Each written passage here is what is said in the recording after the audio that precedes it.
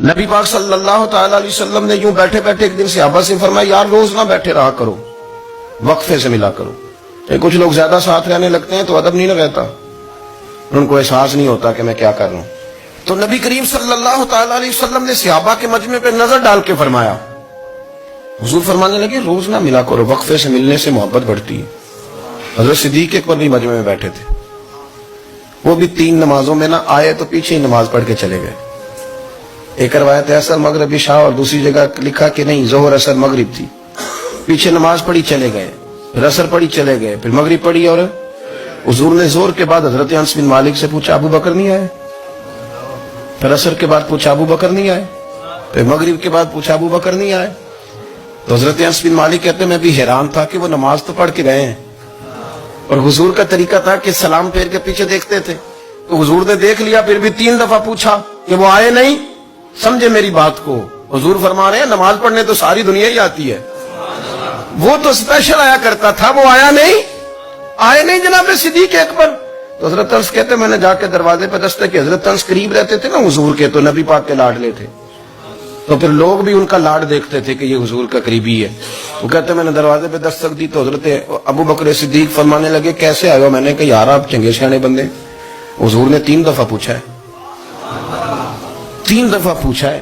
تو حضرت سیدنا ابو بکر صدیق دوڑے آئے، حضور حکم ہو. تو نبی کریم نے فرمایا یار سارا دن تو نظر ہی نہیں آیا، تو کدھر تھا تو؟ سارا دن ملا ہی نہیں. اللہ کرے آپ کے اس جملے کے حسن کی سمجھ آئے. آپ دیکھیں جو چاشنی یہاں ٹپک رہی ہے، جو وقار یہاں ٹپک رہا ہے، ذرا اس کا مزاج کو دیکھیں. اور یار تو نظر ہی نہیں آیا سارا دن. تو حضرت صدیق اکبر کہتے ہیں کوئی بات بھی نہیں تھی پر میں رو پڑا. میں نے کہا حضور آپ نے تو فرمایا تھا کہ ذرا وقفے سے ملا کرو، محبت بڑھتی ہے. تو حضور فرمانے لگے ابو بکر میں نے کہا تھا پر تجھے تو نہیں نہ کہا تھا، تو کوئی اور تھے جن کو کہا تھا، تجھے تھوڑا کہا تھا. اور اتنے بڑے جملے نہیں ملیں گے. رسول کریم فرمانے لگے تو یہیں رہا کر، تو رہتا ہے تو میرا دل لگا رہتا ہے، یہیں رہا کر، میرے پاس رہا، تو نہ جایا کر یار، تو ادھر ہی رہا. اور پانی پر نہ سہیلیاں رنگا رنگ کڑے، اور سجنوں اسی تے پریا اس دا جانیے جس دا توڑ چڑھے. آپ اس لطف کو آپ دیکھیں، اس ذائقے کو. میرا دل کرتا ہے کہ میں یہ حدیث نہ لوگوں کی روحوں تک اتار دوں.